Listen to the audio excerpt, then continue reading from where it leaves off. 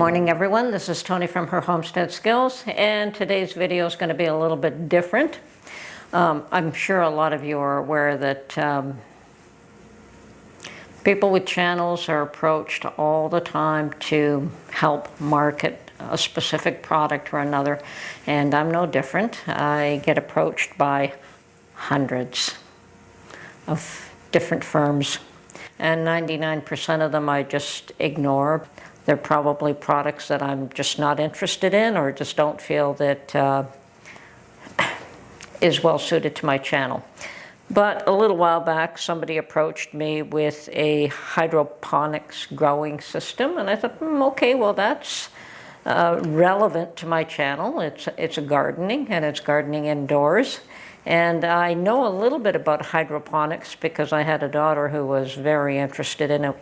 And she was more into, well, in those days, I don't think they had these little systems available, only larger units. And she put one together with 5-gallon buckets and came over to our place to drill holes in the lid and bought little caps that would fit in those holes, and the medium that you used, and the as well as the ingredients, the food for the plants. And yes, it works, and the dilemma with that, of course, is that you don't have any kind of a pump to keep the water circulating. So although that system works, and I don't think she had too much trouble with it, but you can grow algae in the water. So okay, and this little system comes with absolutely everything that you need.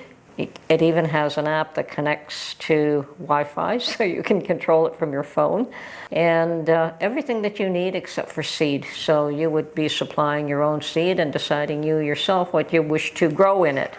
Now, it is an indoor unit, which is nice for this time of year for those of us that are expecting snow in a few months.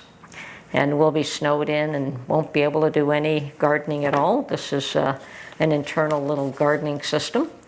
You can use it to grow herbs and vegetables. You can use it to grow flowers. I'm going to attempt to use it to start some bay tree cuttings because number one, I don't have any bay tree seeds. Number two, I've always had I've had some success taking cuttings from a bay tree, and I had taken cuttings just a little while ago and stuffed them in the dirt. But now that this system has arrived, I've decided to cut them back a little bit more, wash all the dirt off, and put them in this little system to see if they will develop roots and will grow and how well they grow. I've got 2 cuttings of the bay tree, and unfortunately I can't really take any more cuttings at this time. So if I could, I would take a whole lot more.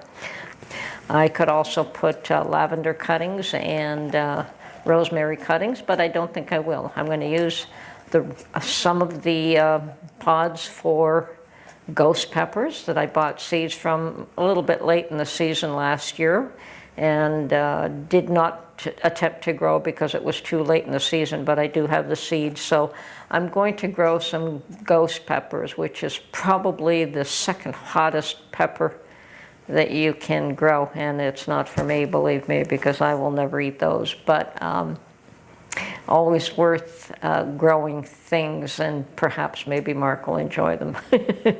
Perhaps he won't, I don't know, we'll see.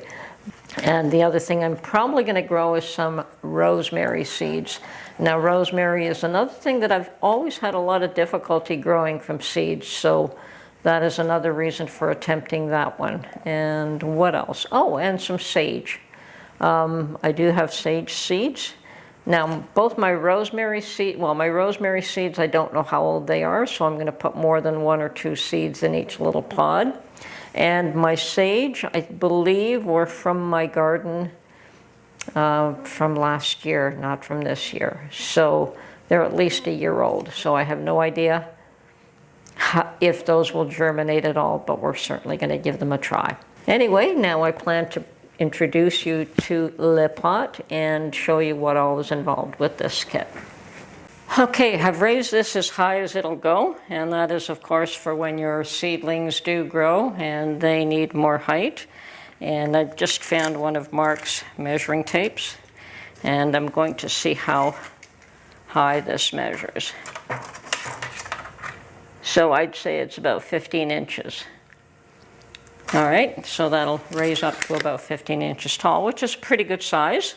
Now, it comes with 12 little baskets and 12 little sponges with a hole already in there so that you can drop your seeds in the hole. And it comes with 6 of these little plastic caps, and they're used for the times or the ones that you perhaps don't want. If you don't want to use all 12, you would use these little plastic caps and just not put these ones in the water. And as you can see, I've already got my little bay trees in here. I don't have any of the seedlings set up yet. What else does it come with? Comes with supports, so that if your plant needs support, I've got quite a handful of these as well, and all kinds of little areas where you can, tie your plant supports to it. Okay. Comes with lets you know exactly how much water you have in there and what not to exceed. You shouldn't exceed 5.5 liters. 5.5 liters is a good quantity of water in here. It comes with these little plastic domes so that once you put your seed in the little sponge, you can cover it with a plastic dome to help germinate it. And also, I didn't know what these were for, but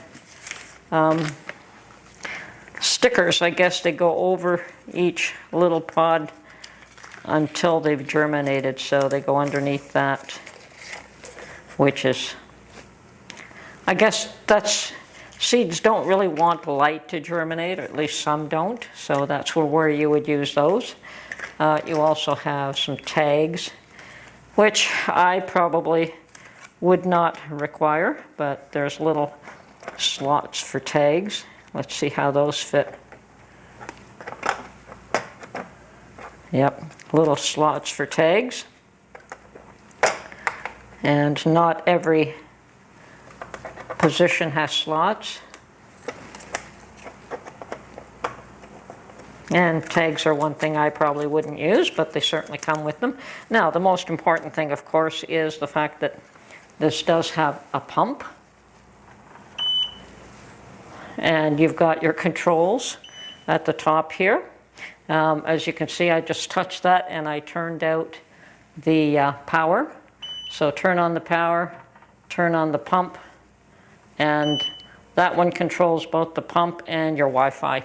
So you have Wi-Fi controls as well. It comes with the plant food, plant A and B.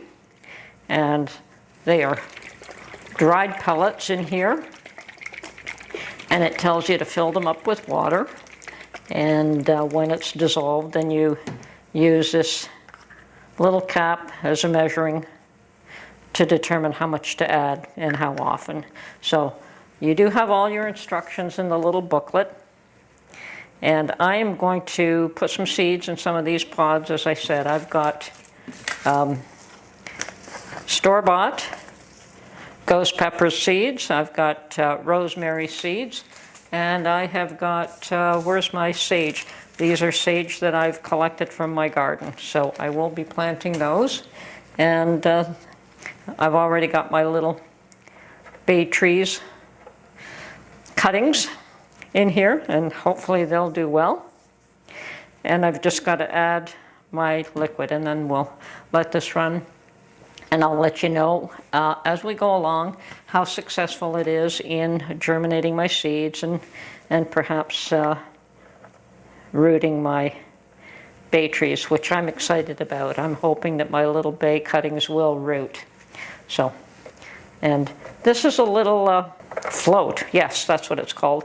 It's a little float to let you know exactly how much water to add or how much to add, and not to exceed 5.5 liters. And the booklet comes with instructions on how to set up the Wi-Fi connection, should you want to do that.